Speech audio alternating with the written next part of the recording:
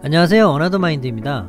오늘은 전원주택에서 앞으로 살아갈 계획을 갖고 계신 예비 건축주 분들이나 이제 막 전원생활을 시작하신 분들에게 꼭 알려드리고 싶은 정보예요.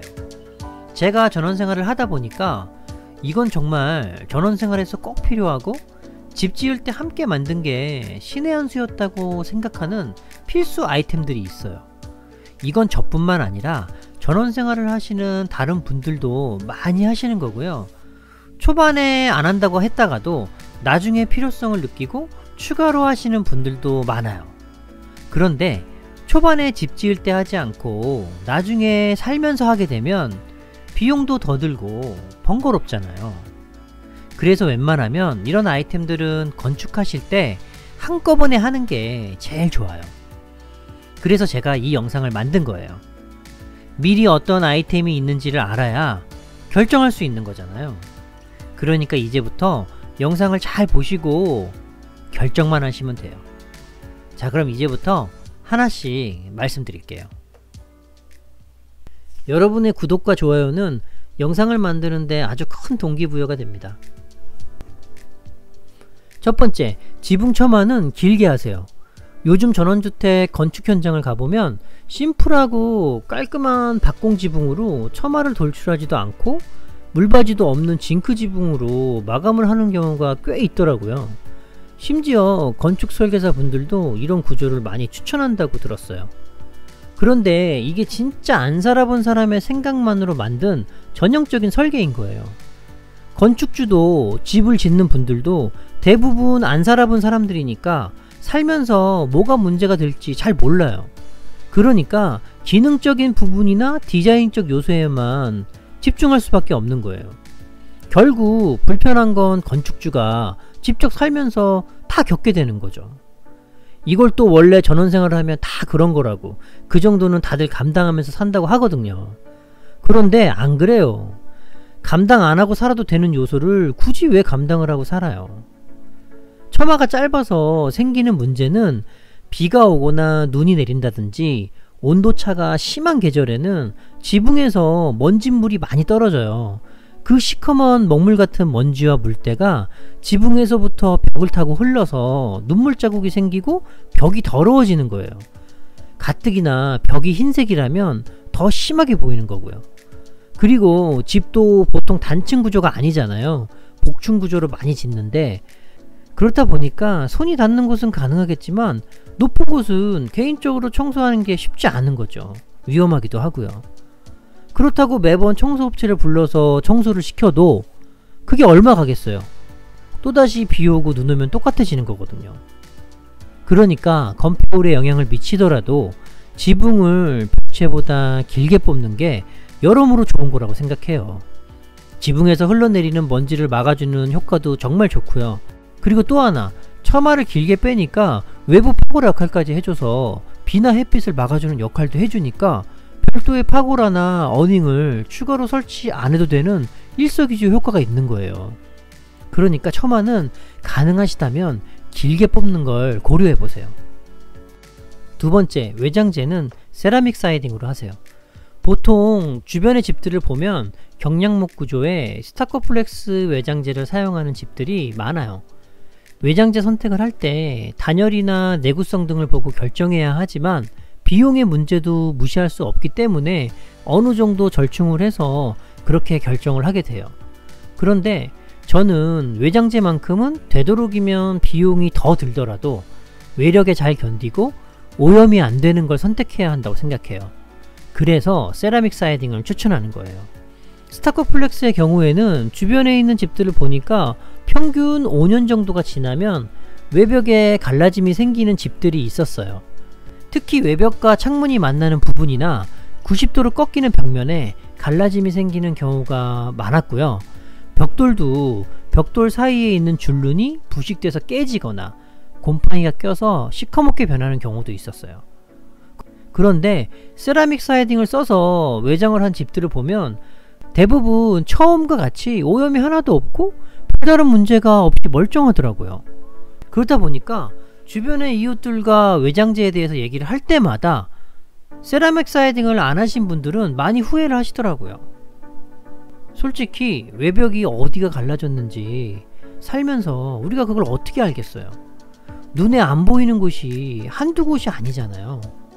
갈라진 곳으로 물이라도 침투하면, 특히 나무 구조로 만든 집은 누수 때문에 치명적인 거예요.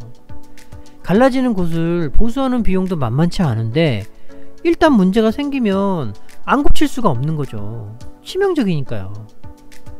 그래서 전원주택에서 외장은 꼭 튼튼하고 강한 소재를 선택하는 게 필수 요건이라고 생각해요.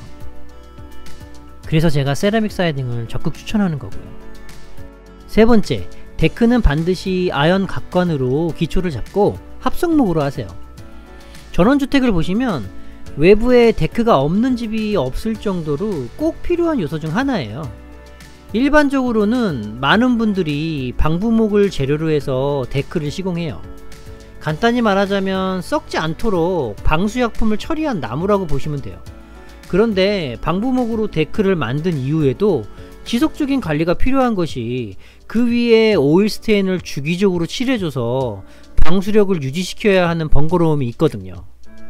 왜냐하면 이 데크라는 것이 외부에서 비와 바람을 여과 없이 직접 맞고 사람이 수시로 밟으면서 걸어 다니잖아요.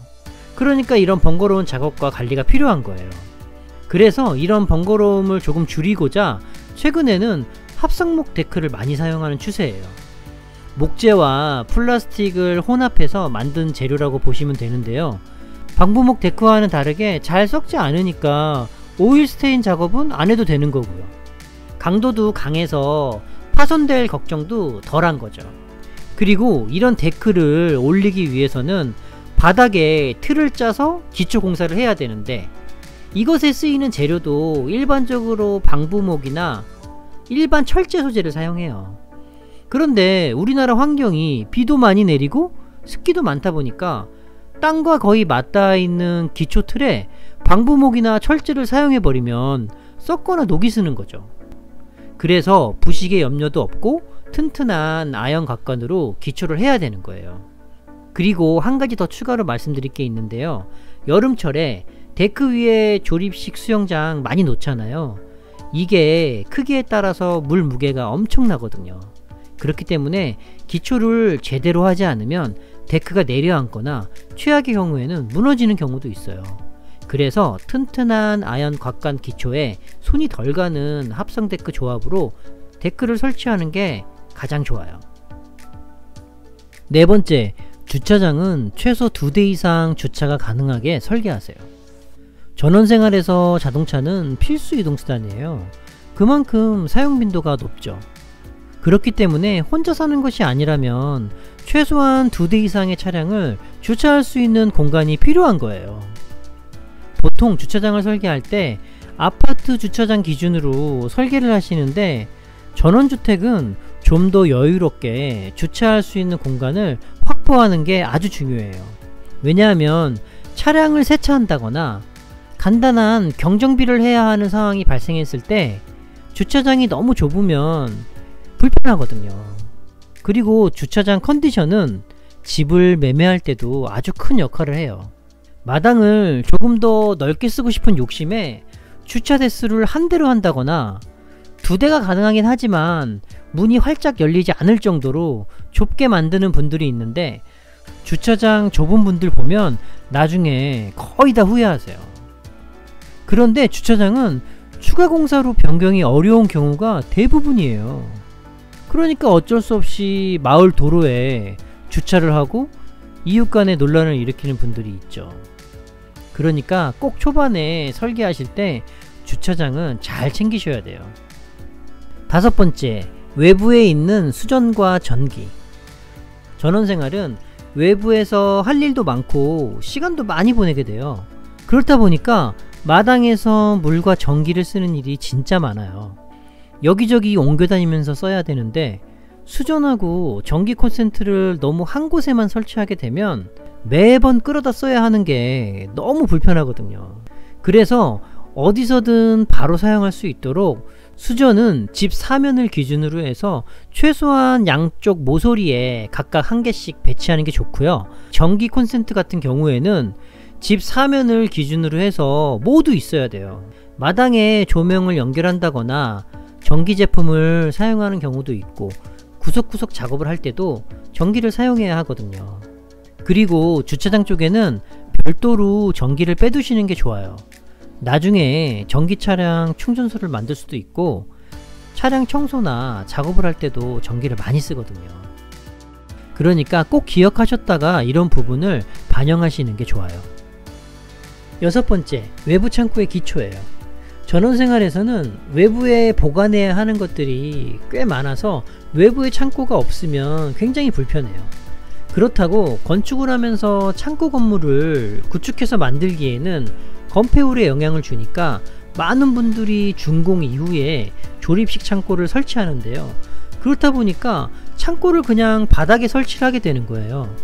이렇게 설치를 하게 되면 장마철에 빗물이 창고 안으로 유입되기도 하고 무게 때문에 바닥이 눌리니까 창고가 기울어지는 문제가 생기는 거죠. 이런 문제는 집을 지을 때 미리 창고 위치를 잡아놓고 바닥만 시멘트로 기초를 만들어 놓으면 해결이 되거든요. 집 기초를 하기 위해서 레미콘이 올 때 시공사한테 부탁을 하면 저렴하게 바닥 기초를 만들 수 있어요. 그렇게 미리 만들어 놓은 바닥에 조립식 창고를 올리게 되면 튼튼하고 깔끔하게 외부 창고가 만들어지는 거예요. 조립식 창고를 데크 위에 올리는 방법도 있어요. 그런데 저는 별로 추천하고 싶진 않아요. 돈 들여서 만든 데크 영역이 창고로 줄어드는 부분도 있고요. 창고 때문에 받는 하중도 고려해야 돼요. 데크가 부분적으로 내려앉을 수도 있잖아요. 그리고 창고 바닥하고 데크 나무가 만나는 부분에는 통풍이 안 되고 추후에 오일 스테인 작업도 안 되잖아요. 그러니까 데크가 썩을 위험성도 있는 거죠. 그렇기 때문에 집을 지을 때 외부 창고 위치를 정해서 바닥 기초 작업을 미리 만드는 걸 꼭 고려해 보시면 좋을 것 같아요. 일곱 번째, 내부 환기와 통풍을 위한 실링팬 설치. 어떤 재료를 써서 집을 짓더라도 내부 환기와 통풍은 정말 중요한 요소예요. 여러가지 장치가 있겠지만 가성비로 따져서 이건 무조건 해야 한다고 하나를 꼽으라면 저는 거실 천장에 달아놓은 실링팬이라고 생각해요. 집안에 공기를 순환시켜주는 효과가 정말 탁월하고요. 여름엔 시원한 선풍기 역할을 하면서 에어컨을 가동했을 때 차가운 공기를 골고루 뿌려주는 역할도 하고요. 겨울에는 따뜻한 공기를 골고루 순환시켜 주기도 하니까 저는 거실에만 설치한 걸 지금도 후회하고 있어요. 공기순환은 건강에도 아주 중요한 역할을 하니까 실링팬은 정말 무조건 추천하는 아이템이에요. 여덟 번째, 태양광 시스템. 저희 집은 보일러만 빼면 웬만한 걸 다 전기로 이용하는 구조의 집이에요. 저는 미리 태양광 설치를 염두에 두고 전원생활을 계획했기 때문에 지역에서 지원해주는 것을 자세하게 알아봤고 신청을 해서 지원을 받으면서 설치를 했는데 너무 만족하고 있어요. 여름철 에어컨을 가동시키는 게 사실 전기료 때문에 좀 부담스럽잖아요.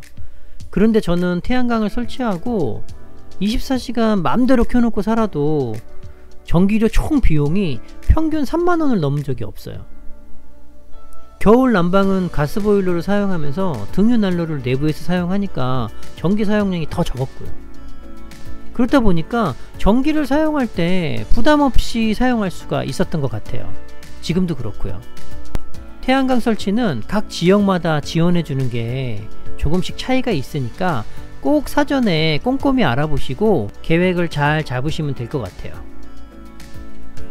제가 준비한 내용은 여기까지예요.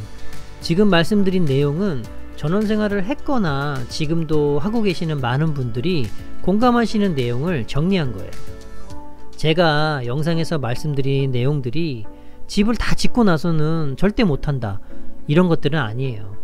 다만 집을 지을 때 함께 진행을 하게 되면 비용과 시간을 아낄 수 있다는 걸 말씀드리는 거예요. 그러니까 사전에 잘 체크하시고 결정하시면 되는 거죠. 오늘도 영상 끝까지 봐주셔서 너무 감사드리고요.